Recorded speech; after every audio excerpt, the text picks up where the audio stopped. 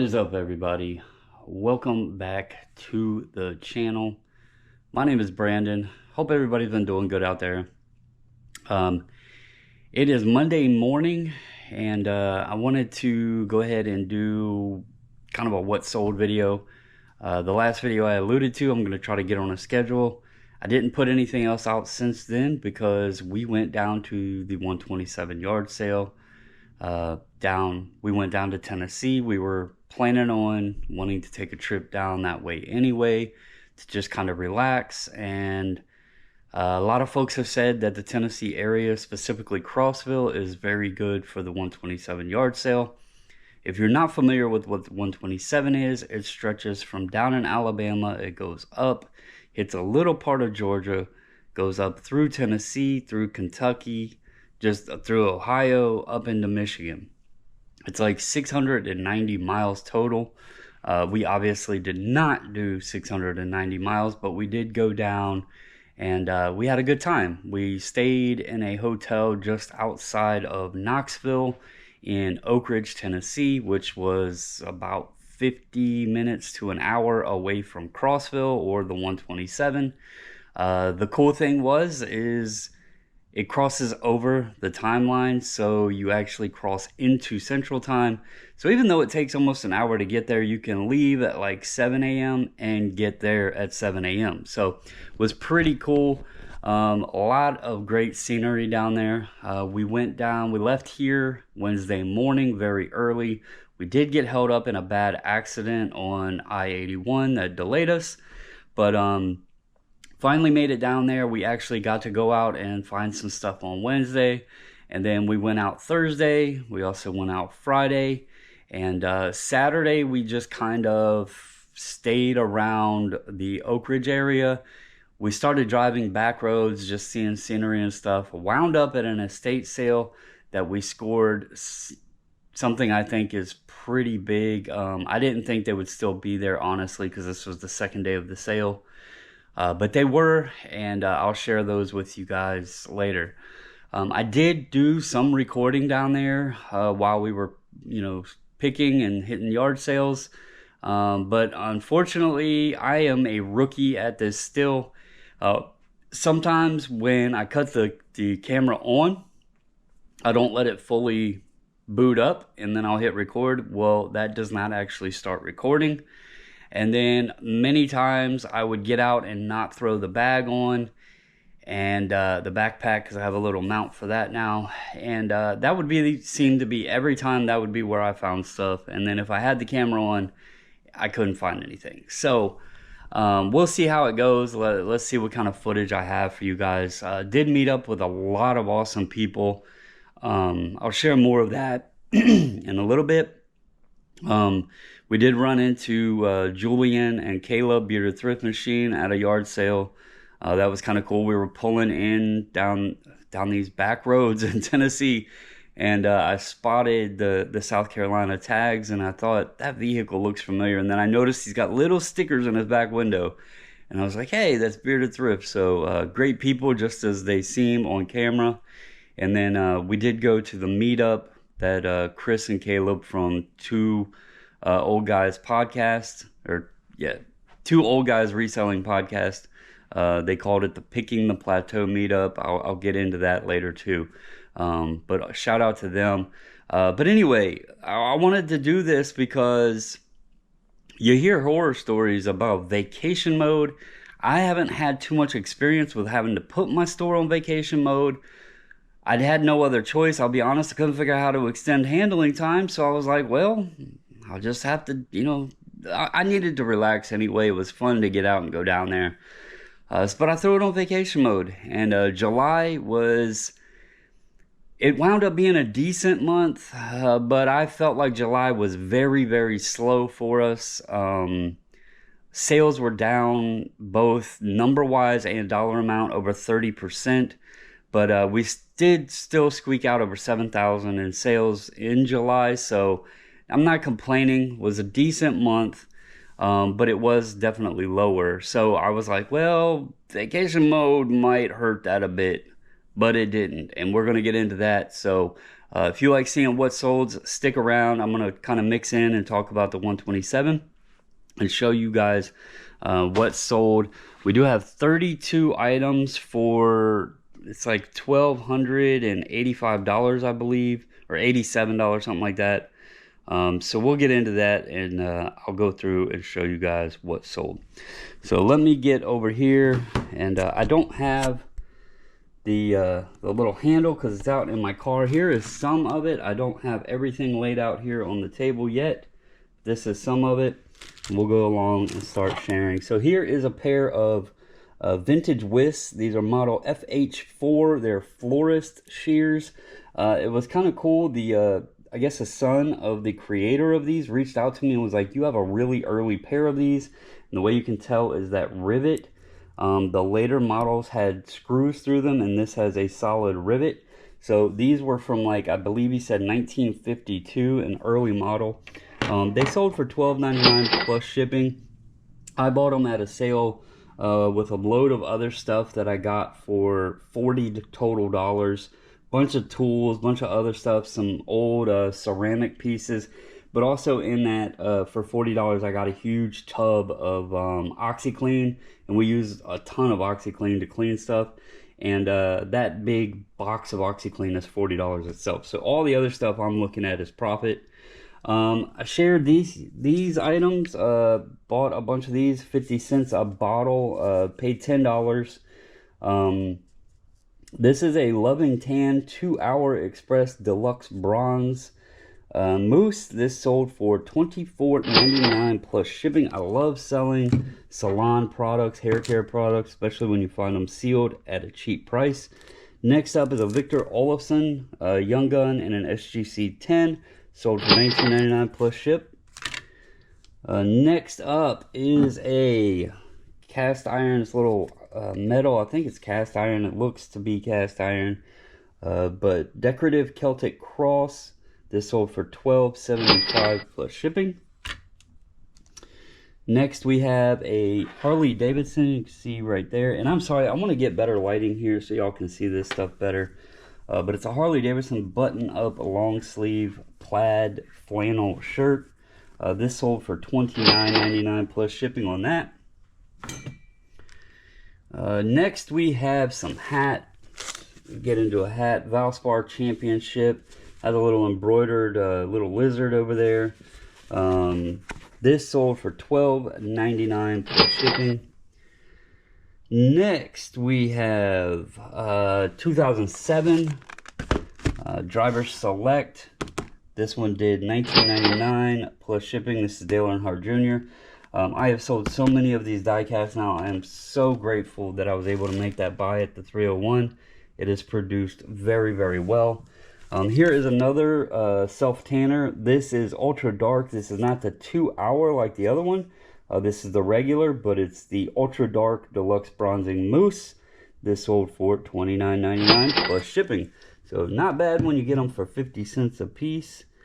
Next is a Jamie Drysdale. This got an SGC 9.5 Young Gun, sold for $18.99 plus shipping. Let's see here. This is Team 3D World Tour Lockdown Philadelphia. It is a wrestling shirt. This did $12 plus shipping. Next is this little box set here, brand new complete series of Murder, She Wrote. I picked this up at an estate sale that I got a ton of Legos from. This did $44.99 plus shipping. I paid $1 for each, so I did give 12 bucks on it. Paid up a little bit, but 12 into 45. I'll take it, especially from an estate sale. That's something that I'll discuss a little bit. So there was a lot of talk, you know, at the meetup that Caleb and Chris did, and we also went and hung out with OBX Picker and Tim and those guys at their Airbnb. That was Thursday night. We went and hung out with them, and then Friday night was the meetup. And there's a lot of talk, and I want to say I completely see where it comes from. But the average cost of good, and what I mean by that is like, or the multiplier, like what is your multiplier? And I think it comes into, and you see other folks like Philly Flipper's a good one to mention on this, that talks about don't be afraid to pay up on items or buy more expensive items. There's different ways to look at it when it comes to reselling. You can do the 10x, where it's $1 into $10 or $5 into $50, that's great. But sometimes it's okay to spend 20 to make 100 or 50 to make 300. There's different levels and steps into the ladder of reselling, and there's no way. I mean, if there's somebody out there that's getting 10 plus X, probably even if you're getting 5 plus X every item you're buying, you're doing something crazy, because there's just times when you have to spend higher than you're probably comfortable with to buy items that you can make money on. And I get the thought of the 10x, the dollar to 10, those smaller flips, but I also don't think that you should walk away from 100 into 300. I mean, that's a $200 profit on one item. So that's only a 3x multiplier, but you're earning $200 profit in one sale. So there's many different ways to go about it. I don't personally look at the multiplier as much as how much am I paying for this item and how much can I get for it. Because in that sense, as long as I'm buying items that sell and there's profit there, you're making money, and that's the purpose of this. That's why we do this for a living. That's especially if you're full time. I can't always just say, well, no, I'm not getting 10x on that, or I'm not getting 7x on that, or 5x on that. I got to leave it alone. Sometimes you do got to consider, is it worth your time? But I heard that a lot this weekend, and there's no right or wrong. The beauty of this reselling thing is there's so many different ways to do it. Like, there's so many different ways to skin a cat, right? And if what's working for whatever individuals, then they need to keep with that. And if you're doing something different, you do it differently as well, because it's working for you. Me, especially being new, I don't really look at the multiplier. I look at the dollar. Like, all right, I bought a camera at the 127, a camera and a lens and a little battery accessory pack thing. I paid $50 for it, but I think I can pull 400 out of the deal, right? So I'm not getting 10x on there, but there's enough room there to make good money. I also spent $300 on one item at the sale. I don't even know if I'll sell it. I don't even know what it's worth, but it was an item that I didn't want to walk away from. So, but anyway, my battery's about to die. Let me swap that out, and I'll get to showing you guys some more sales. I just wanted to make, to talk about that a little bit. There are folks out there that are probably very good at buying the low end, the dollar into 10 or 10 cents into a dollar or whatever, to get the 10x and stuff. But if I did that, if I just hunted that multiplier when I was out at sales, I would fail at this miserably. I would hardly ever buy anything, because I try to stay open. And you'll see, like, there's so many different things I have here that I'm selling. And the profit obviously has been good, or else I wouldn't be able to sustain doing this full time.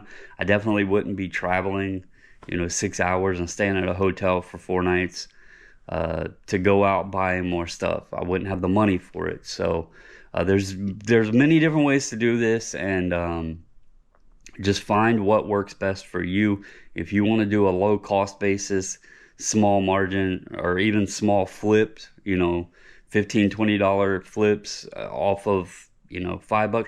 And I think this comes from me doing a lot of cards too, because there's different ways to do cards. You can sell high-end cards, or you can sell dollar box cards. There's many different ways to do it. And I'm not going to lie, the dollar box cards are a great way to make money. And just like I'm sure lower end items constantly is a great way to make money. I'm not as comfortable doing that right now,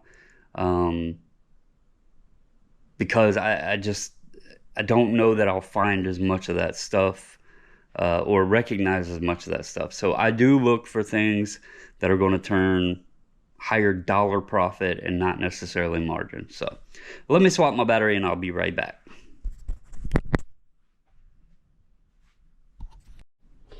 All right, back to the sales. Let's go. Next up is a Canon. This is a little Elf Sport waterproof point and shoot camera. This is a film camera, but this sold for $24.99 plus shipping. We bought that last weekend before we went out to the 127. I think I paid $3 for it. And that's the other thing I want to talk about with the multiplier. I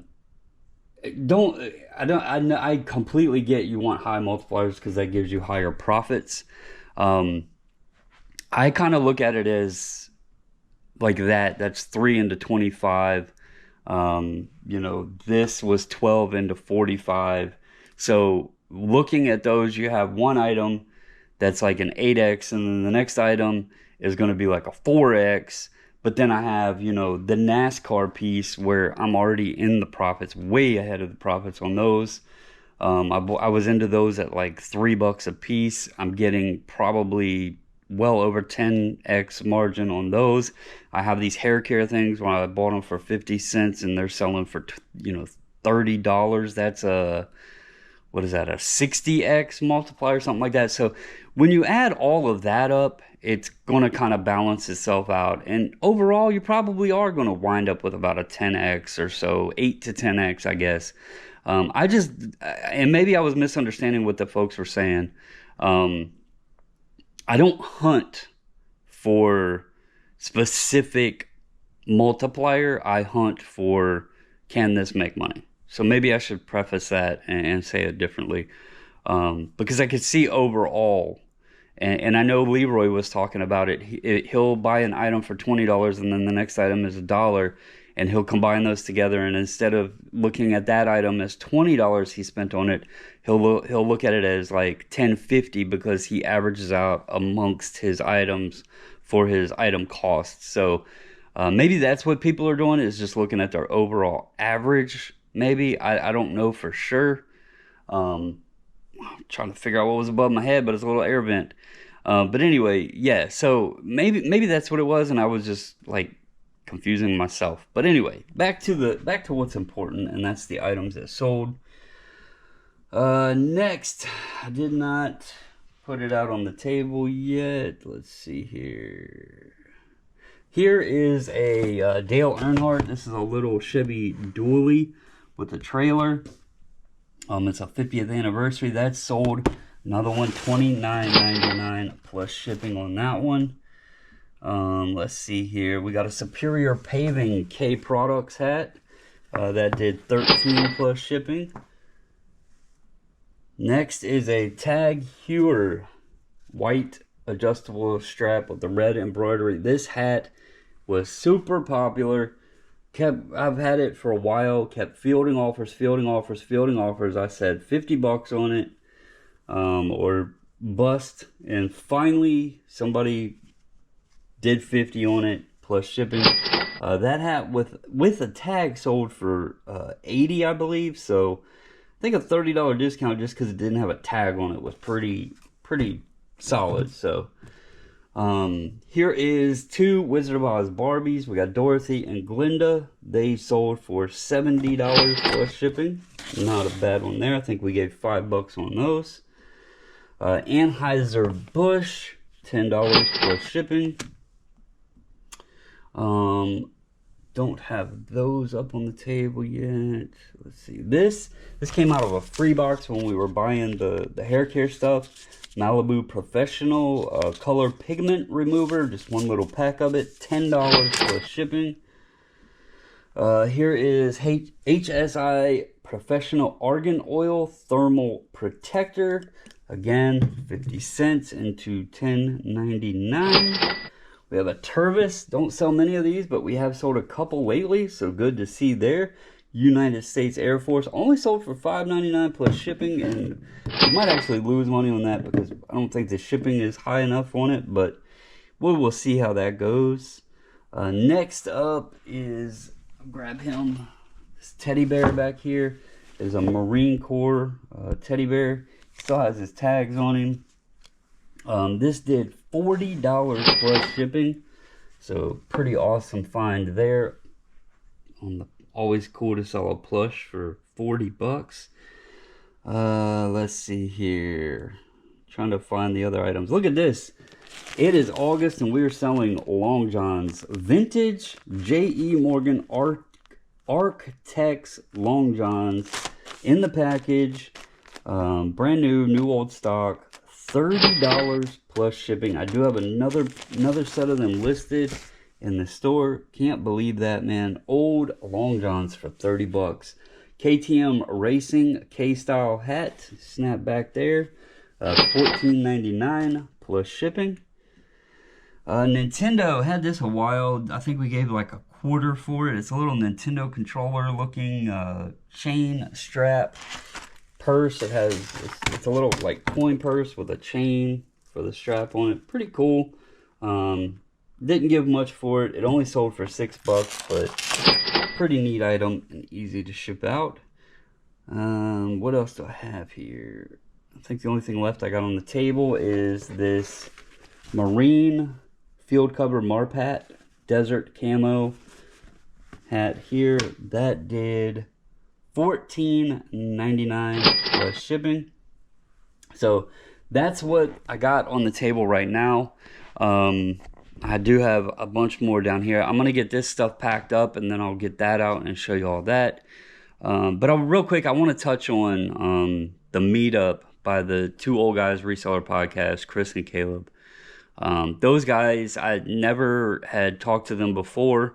In fact, it was very last minute of me and my wife deciding to go to the 127. We were originally going to go to the National Card Show. And I decided, since my daughter is starting her senior year of high school, that I wanted to do a family vacation instead. And so we've decided to scrap the National, and we're going to take the both kids, to the beach and everything. But we had also discussed about going to Tennessee. We're in Virginia. It's not that far of a drive. The mountains are beautiful. So me and her were talking about it, and we're like, well, why don't we just take, go down for a weekend or whatever, and just relax, hang out. And we were like, well, the 127 is coming up too. We could just kind of make best of both worlds. And that's we didn't really go out yard sailing much on Saturday. We did hit sales. We did drive back roads and hit some sales, and we did wind up at a yard sale. But we kind of just went down and seen, what was on the back roads and everything. And but Friday night, man, OBX Picker Eric had reached out. I jump in the Reseller Information Network chats on Tuesday mornings when they're doing their live listing and loping. And I had mentioned that, hey, we were going to wind up making the 127. I knew those guys were going down. Eric reached out and he was like, are you going to the meetup? And I was like, well, let me talk to her and see. I didn't know. It was last minute. And I'm going to be honest. I am someone that I don't pay to do things like that very often. I've told you guys I don't really pay for apps. I don't pay for... if it was just a meetup, I definitely wouldn't have done it. I don't pay for that kind of stuff. I feel like we are all just regular individuals, and I don't even pay to go see athletes or sports celebrities. So it was a situation where I didn't know if I wanted to pay to go hang out like at a meetup, right? Well, it said that the food was going to be involved. And I was like, we got to go out to dinner anyway. We're going to be spending money on food. Eric's a really cool guy. Tim, he's awesome from Reseller Information. Leroy seemed pretty cool on camera. I hadn't actually formally met him. But again, like I said, we went Thursday night. Eric called us and he was like, hey, we're going to order pizza. You want to come hang out at the Airbnb?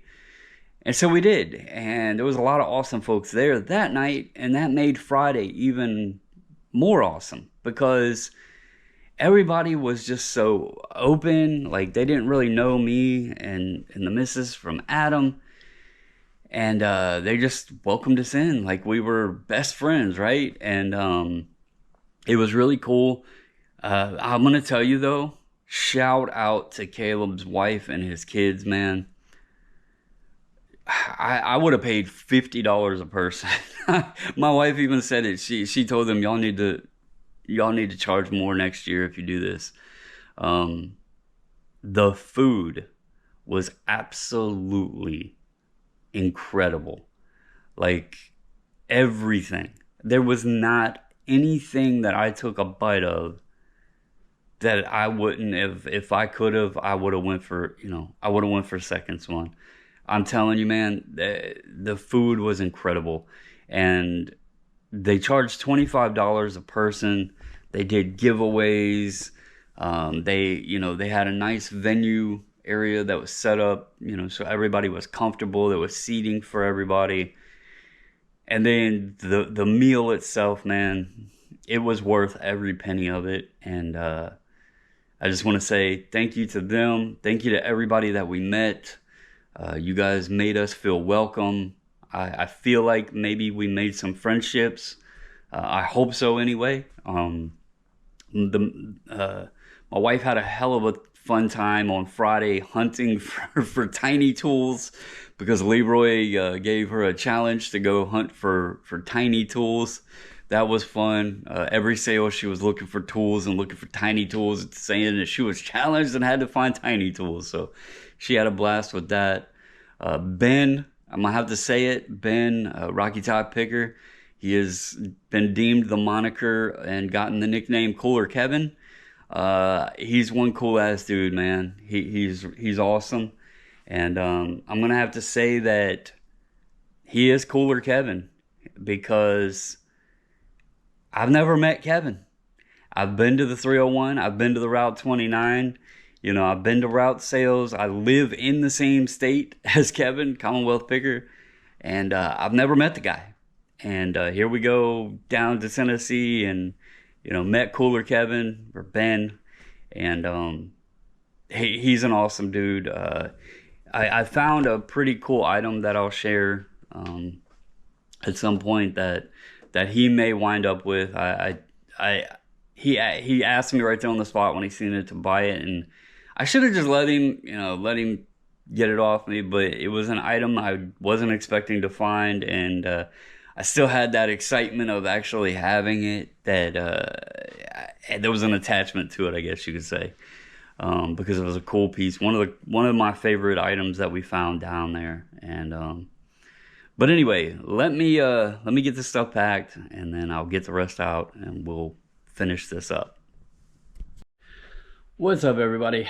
Back to finish off the rest of the sales. Got everything that I showed you earlier packed up. Going to show you these, get them packed up, and everybody's stuff will be out today. So taking a little while. It is 11:30, but pretty awesome. Not complaining at all. Love seeing that there was so much sales. So before I get into this, though, I want to go back to the topic I was just discussing a little bit earlier with the profit amount versus margin thing, and just touch on it. I might repeat myself because I can't remember everything I said earlier, but while I was packing, I was kind of thinking on it a little bit more of why, and to explain, like when I said people can do things different ways and everything, where the differences come into, and just give some examples. So I was listening to Those Flipping Pickers, which is a new podcast. Go check them out. That's Ben and I think his name's Scott. Pretty sure I got that right, because his wife's name, I believe, was Teresa. I'm bad with names, so if I get his name wrong, I'm sorry. But they're part of Trading Post Pickers. But they're doing a podcast together, along with Mars Bargain Basement. His name's Don.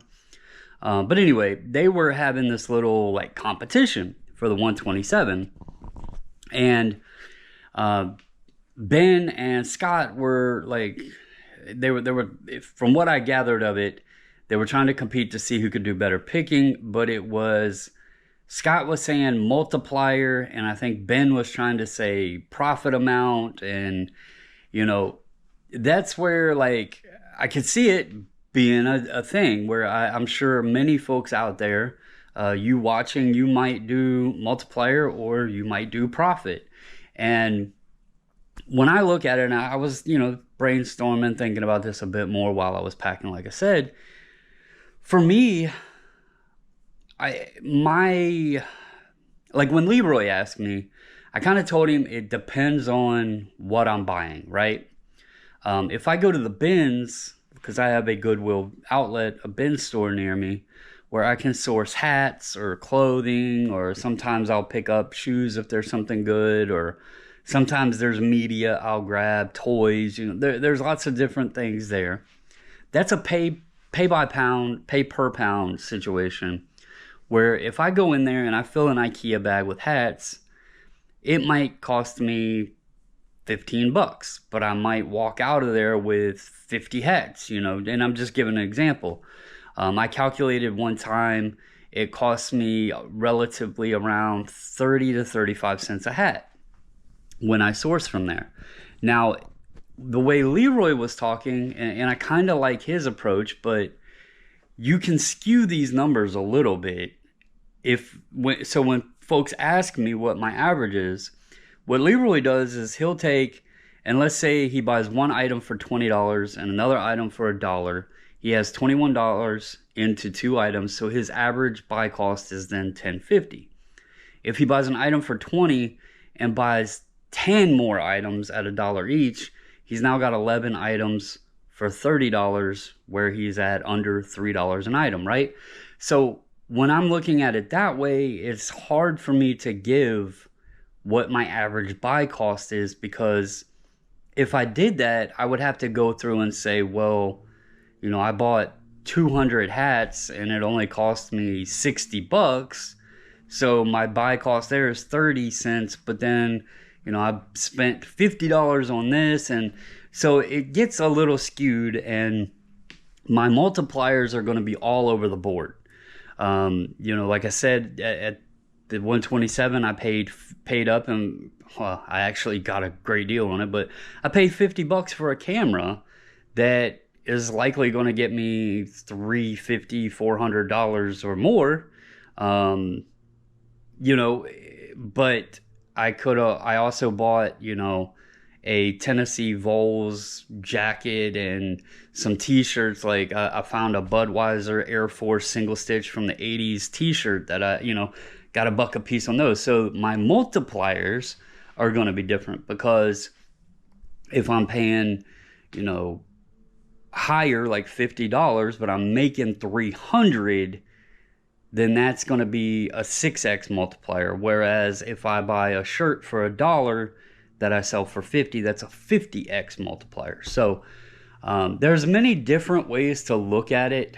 Me personally, and maybe this is just because, like I said, coming from the sports card side of things, and also just being new to this, in sports cards, you're mostly looking just at profit margin, not a multiplier.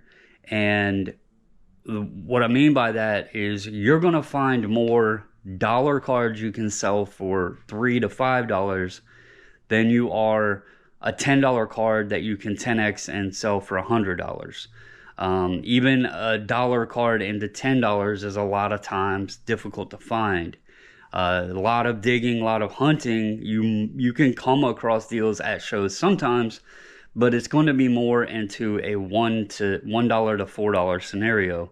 And so your margins are smaller, but you're making $3 per. So then that's when it comes into like for me in sports cards, my big thing was there was kind of two ways to approach it: a bulk collection buy and piecing it out, or buy raw, grade, and sell graded, and then you get a multiplier because of condition and graded.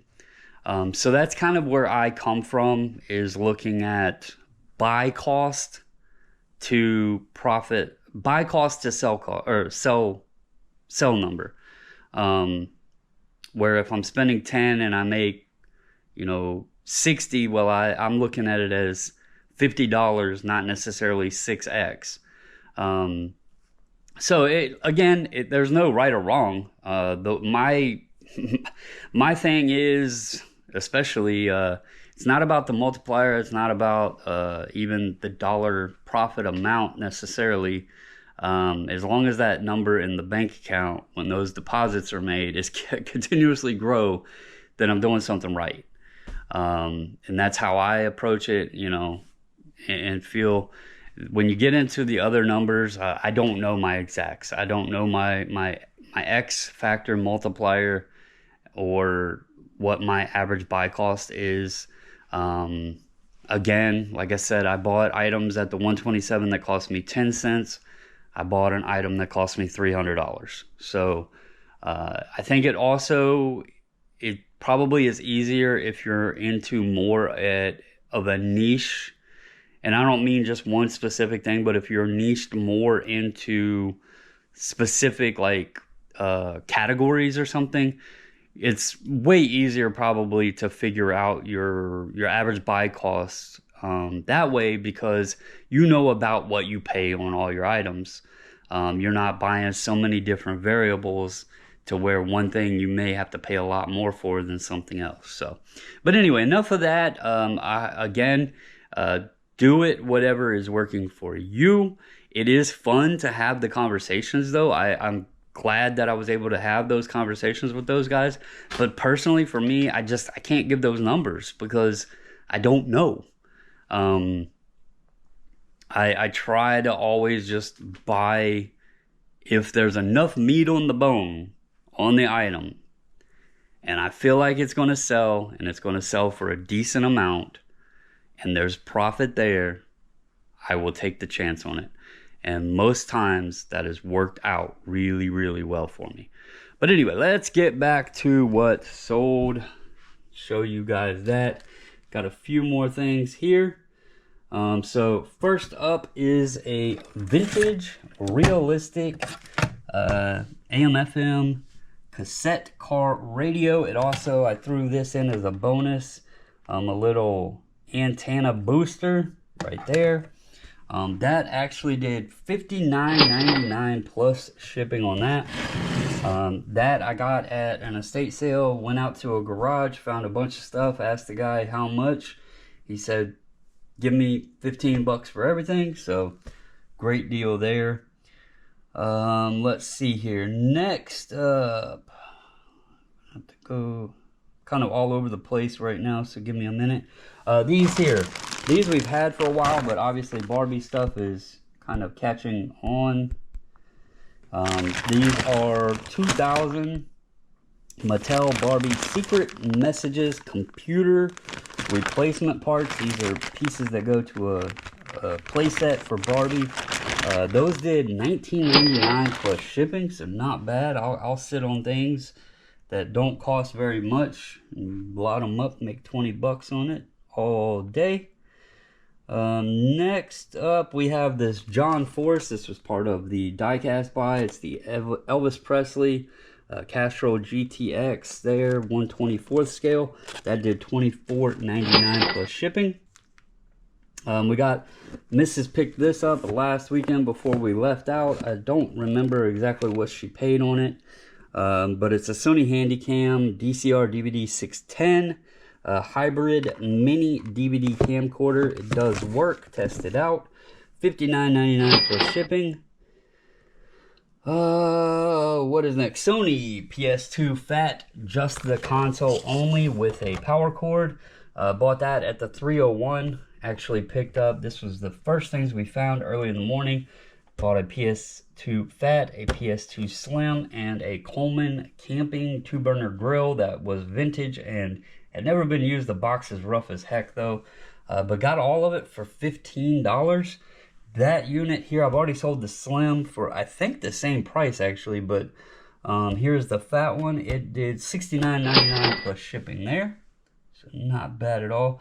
This was something I've had this thing for years when I used to play video games a lot. I actually used to stream some just to have fun.